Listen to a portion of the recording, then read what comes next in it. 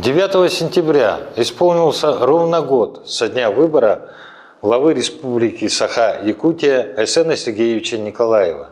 В связи с этим глава республики провел встречу с главными редакторами средств массовой информации Якутии. Мы отметили ряд вопросов, касаемых городского округа город Якутск. Один из самых главных – это строительство моста через реку Лена. У меня такой вопрос. Ленский мост уже прозвучал дважды сегодня. Но все-таки он войдет в нацпрограмму или не войдет? Ленский мост, конечно же, должен быть построен. Так, вне зависимости от того, где он будет, там в какой программе звучать. Уверен, что у нас все получится. Вот. На сегодняшний день хочу сказать, что все уже министерства Российской Федерации дали положительное заключение о возможности строительства данного моста в рамках модернизации транспортной инфраструктуры нашей страны. Проведена оценка аналитического центра при правительстве Российской Федерации на предмет соответствия тем экономическим требованиям, о которых и президент страны, и Юрий Петрович Трутнев много раз говорили. Помните, был разговор, что есть экономические требования, и вопрос целесообразности, нецелесообразности, он как бы не очень понятен. Вот сейчас экономический департамент и аналитический центр провел эту оценку, и однозначно, как объект жизнеобеспечения, мост проходит по всем параметрам. Более того, он проходит почти по всем параметрам, даже как объект, необходимый для экономического развития. Там по одному параметру там чуть-чуть не проходит, но сейчас специалисты говорят, что в случае там определенных подходов и он и по этому параметру сможет пройти, и тогда у нас по двум оценкам, которые как объект жизнеобеспечения, как объект развития, мост проходит. То есть формально никаких уже противоречий по включению его в планы по развитию инфраструктуры нашей страны нет.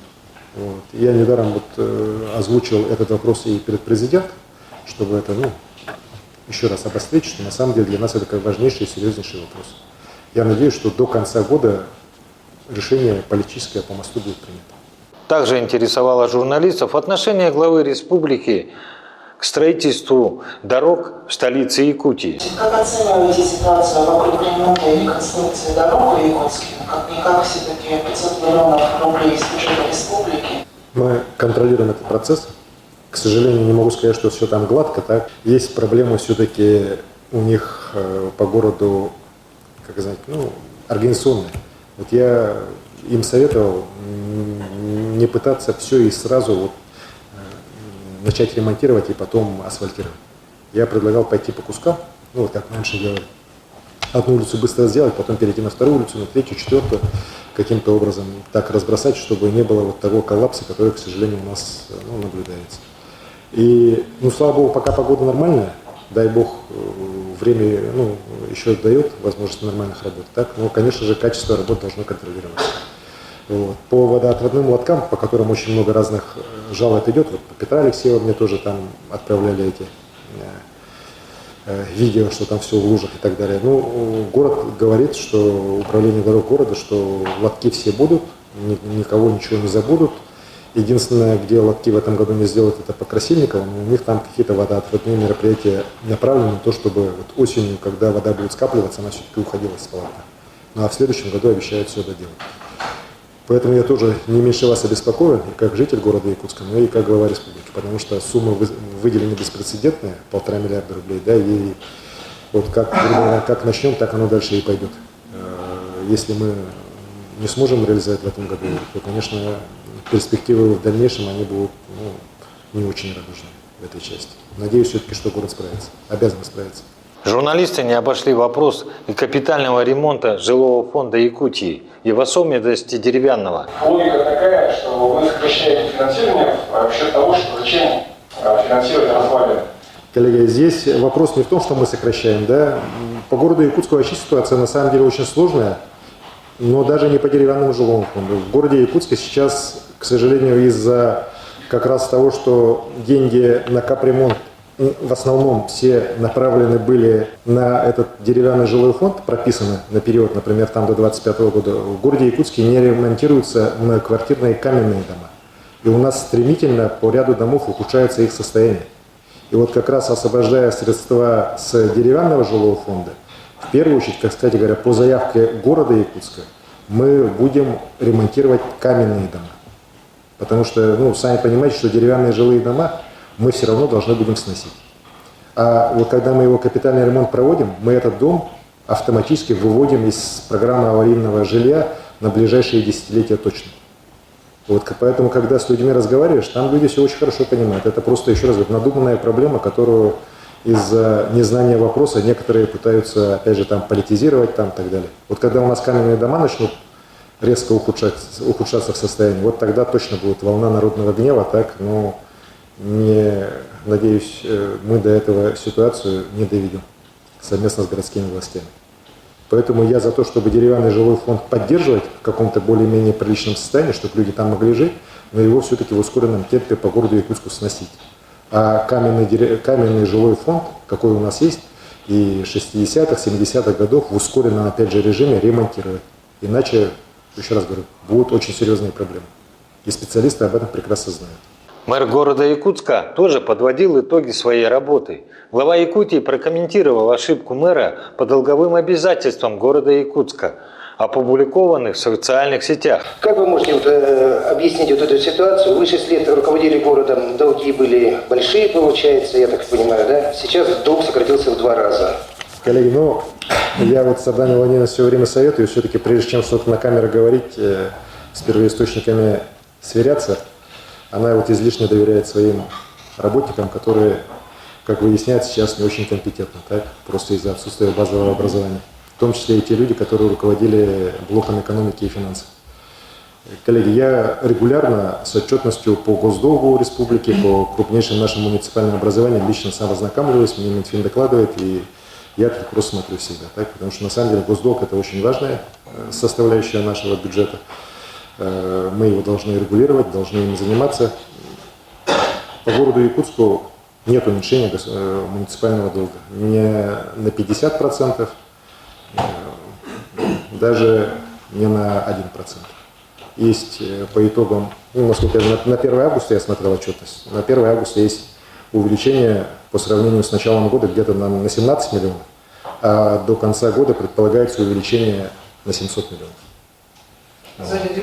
Ну, еще раз говорю, вот, наверное, кто-то с Арданой Владимировной в желании там хорошо отчитаться, красивые цифры приложил, так, она просто не проверила и сказала, ну, она же не финансист, она, наверное, не очень просто не понимает, что не может быть так, чтобы госдолг взял и в 2 раза сократился при крайне дефицитном напряженном бюджете.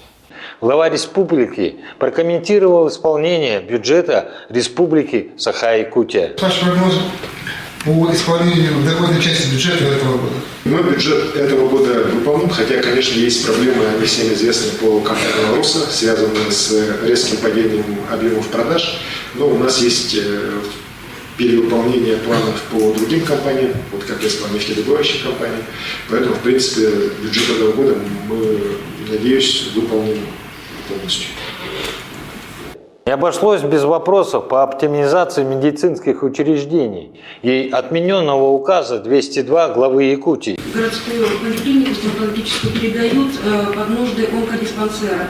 Я знаю, что у нас по городу Якутску проходят организационные разные мероприятия, связанные как раз с передислокацией тех или иных учреждений здравоохранения. При этом о закрытии их, об их перепрофилировании и так далее речь не идет. Другое потому, что из одного здания они могут в другое переехать. Я помню, что министр одно время с этим вопросом выходил, что они хотят создать единый стоматологический центр, где и детская стоматология будет, и взрослая, которая будет как раз призвана улучшить качество медицинского обслуживания в этом направлении. Поэтому я специалистам доверяю, так, и вообще вот я смотрю, что как раз по здравоохранению очень много лишнего, знаете, шума со стороны как раз вот чиновников от здравоохранения, которые попадают в оптимизацию. Там начинается, кто-то не хочет терять кресло, кто-то не хочет куда-то переходить, и вот начинаются там письма, жалобы, открытые обращения. Начинаем рассматривать, там никаких предпосылок для того, чтобы говорить, что то или иное учреждение будет закрыто, разогнано, сокращено и так далее. Алексей Сергеевич, я по поводу 202-го постановления, которое было отменено в сентябре, когда правительству было поручено работать вопрос. По этому поводу можно? Ну, здесь по этому поводу, на самом деле, председатель правительства Владимир Викторович достаточно подробную информацию давал. Могу еще раз повториться, что работа эта практически завершена. У нас не остался отрегулированным вопрос только по городу Якутску. Потому что все рассмотрения прошли по всем районам, по всем городским округам. Пока единственная точка не поставлена по городу Якутску. Но здесь мы, опять же, с Адрианой Владимировной, она ко мне приходила специально, мы договорились, что этот вопрос я, наверное, буду рассматривать уже на своем уровне, потому что бюджет города очень большой, людей, работающих в бюджетных организациях, очень много, и ряд вопросов, которые, скажем так, мэрия ставит перед республикой, я считаю вполне обоснованными. Так, коллеги в правительстве не очень поддерживают, поэтому, учитывая то, что город для меня хорошо знаком, Адриана Владимировна попросила это совещание, особенности в ее отсутствии, она же сейчас в отпуске, будет провести уже на моем уровне. Поэтому, наверное, мы так и сделаем. По всем районам взаимопонимание найдено. Еще раз повторю, что, как и говорил Владимир Ильич, ни одна школа не будет закрыта. Никакого там кардинального сокращения работающих именно специалистов, там врачей, учителей, работников культуры тоже не будет. Если где-то есть оптимизация, то у нас в первую очередь связана с административно-управленческим персоналом. Например, держать там в одной деревне 2 дома культуры со штатами там директора, бухгалтера и так далее, я считаю неправильно. Должно быть одно учреждение с 2 зданиями, но директор должен быть один, например. И, в принципе, эту точку зрения все главы районов тоже разделяют. И еще раз, по всем районам у нас взаимопонимание найдено, протокола правительства с ними подписало, и они начинают работать уже, реализовывать те планы, которые у них есть. Еще раз говорю, коллеги, мы сейчас не говорим об оптимизации в виде сокращения и так далее. Мы в первую очередь говорим о повышении качества образования, здравоохранения и культуры на территории нашей республики. Я против того, чтобы выпускники наших школ выходили из ее стен школы, с идеей 8 баллов по математике. Встреча с журналистами затронула достаточно много вопросов и по различным темам. В рамках нашей телепрограммы мы покажем некоторые ответы главы республики на данные вопросы. Каждую неделю телепрограмма «Точка взаимодействия» во вторник и четверг в 21:15 и в субботу в 14:15. Актуальные темы свободного СМИ. На телеканале «Россия-24» вся Якутия. На YouTube-канале «Округ ТВ» вы можете увидеть то, что пропустили.